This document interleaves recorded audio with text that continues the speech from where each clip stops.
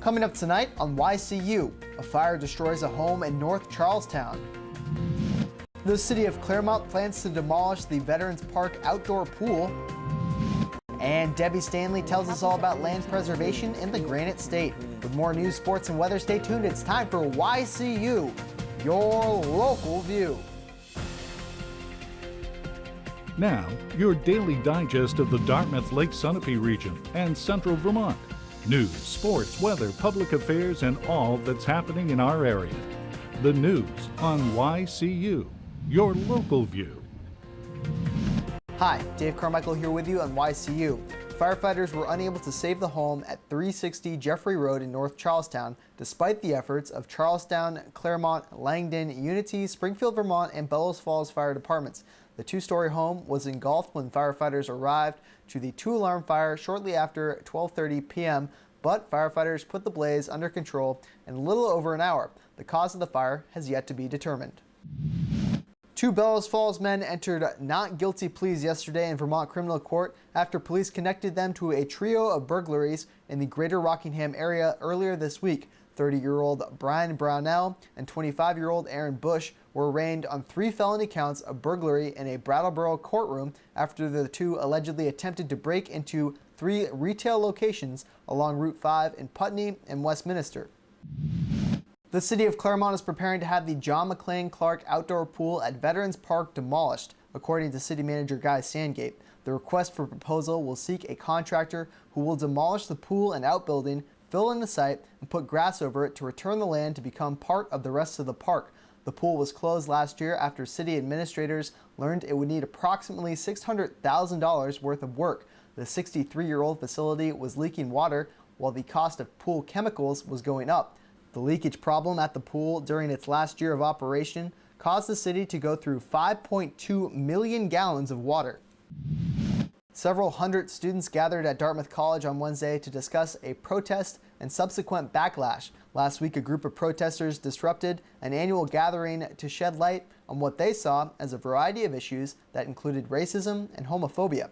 In the days that followed, an anonymous online campus message board recorded posts that suggested violence towards the protesters. On Wednesday, all classes in the arts and sciences were canceled to allow the campus community to talk about what happened and discuss tolerance. A judge is expected to ask the Hartford's Elks Lodge to explain why it hasn't paid an estimated $709,000 to victims and lawyers in a sex discrimination case. The Burlington Free Press reports that Judge Robert Bench said Wednesday during a hearing in the case that he plans to order officials of the lodge to appear in court. 4 women and the Human Rights Commission sued the Elks after 7 women were denied membership to the all-male lodge in 1996. From large truck stops to mom-and-pop shops, prices at the pump across Vermont are expected to jump soon. Wednesday, members of the House and Senate reached an agreement on a compromise transportation bill. It covers 3 years and will raise the effective gas tax by 6 cents this May and the diesel tax by 2 cents come July. But lawmakers say the tax is just a patch. They're looking to Washington, D.C. for a long-term solution. Federal rates haven't changed in 21 years. New Hampshire's U.S. senators are continuing to fight against legislation that would require online retailers to collect state and local taxes for purchases made over the internet and send the money to states where shoppers live. Senator Jeanne Shaheen on Wednesday filed 2 amendments to the bill. One would exempt New Hampshire and other states that don't have general sales taxes from having to comply with the federal mandate. The other would restrict states from collecting taxes from businesses that aren't predominantly located in non-sales tax states. New Hampshire is getting more money out of a national tobacco settlement. Attorney General Michael Delaney says New Hampshire has been receiving an annual payment from tobacco manufacturers averaging $42 million. Developments announced Wednesday mean that the state will receive $57.3 million, about $15 more million than what was budgeted for the fiscal year of 2013. Governor Maggie Hassan said that the funds will help address a projected deficit.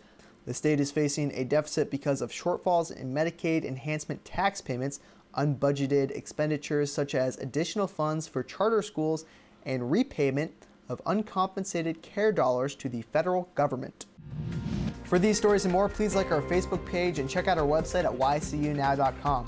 After the break, we'll learn about some of the spring and summer programs at the Kearsarge Outing Club. Stay tuned. The YCU News continues in a moment.